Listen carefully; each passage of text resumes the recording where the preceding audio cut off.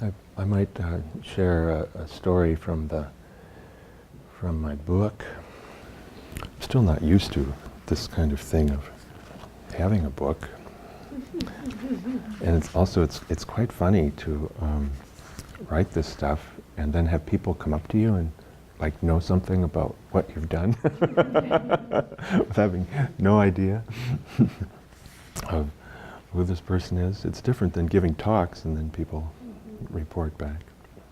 It's more like throwing it further out there.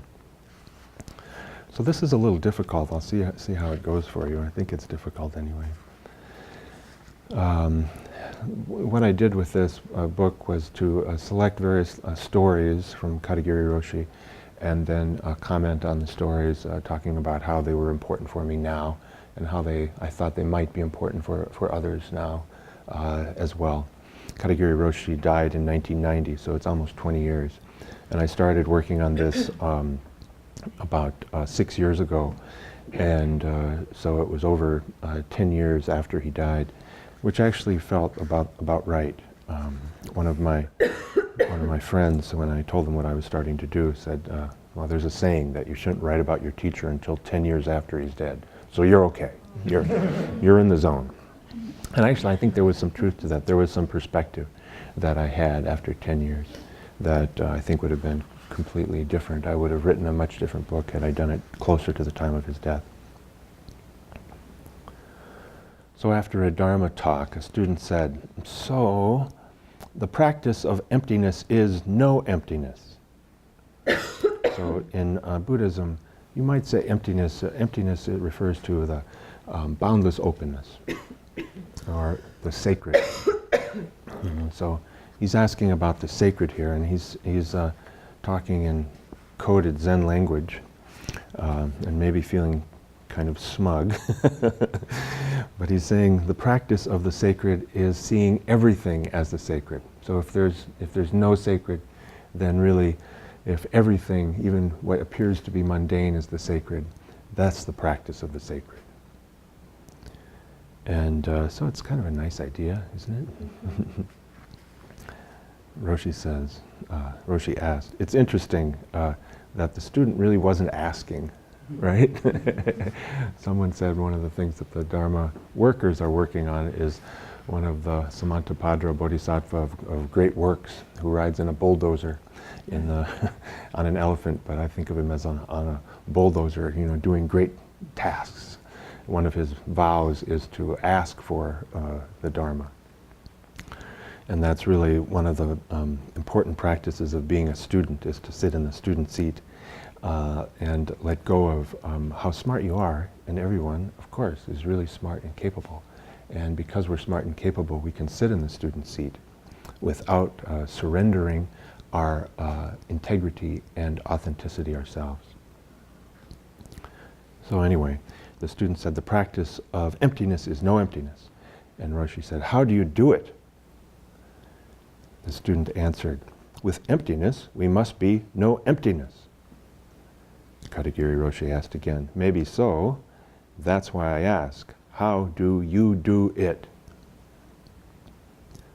The student attempted to respond, well, sometimes it means, Roshi interrupted, how do you do it means, how can you practice it? Don't give explanation. You have to do. The student said, you have to do without emptiness as a goal. Katagiri Roshi raised his voice, just slightly. Still, you are explaining. How do you do it? The student suddenly seemed to hear the question. How? How do I do it? You know how that goes, don't you? Hearing the same thing many times, then finally, it's like the rain soaks through our robe, finally, after drip, drip, drip, drip, drip, and finally, oh! The water is wet. Roshi affirmed, how do you do it? The student stammered, just doing? Roshi is very kind. Some Zen masters at this point would hit him.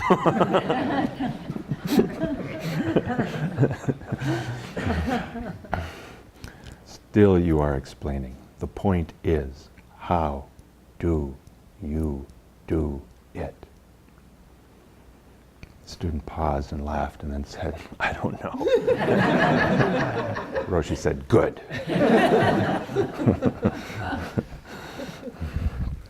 So, there's some of the cause of our suffering in that story.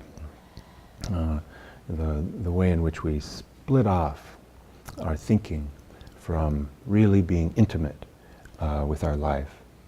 And not that thinking is bad, but as Bob Dylan says, one of my heroes, the mind has been mismanaged with great skill. So it's not that we have to, it's not the point to like lobotomize the mind, but how this great intelligence that we're blessed with as human beings, how this great intelligence can be utilized for waking up rather than for suffering. And then there also in the story is a moment of a little cessation, where the student turns from grasping, trying to project his ideas of the world onto the world, and is just open for a moment. I don't know. So there's a moment of open-heartedness, of throwing open the heart there. So that's the second truth, the truth of the cause of suffering. And as I said, and some of the third truth, the cessation of suffering. And let me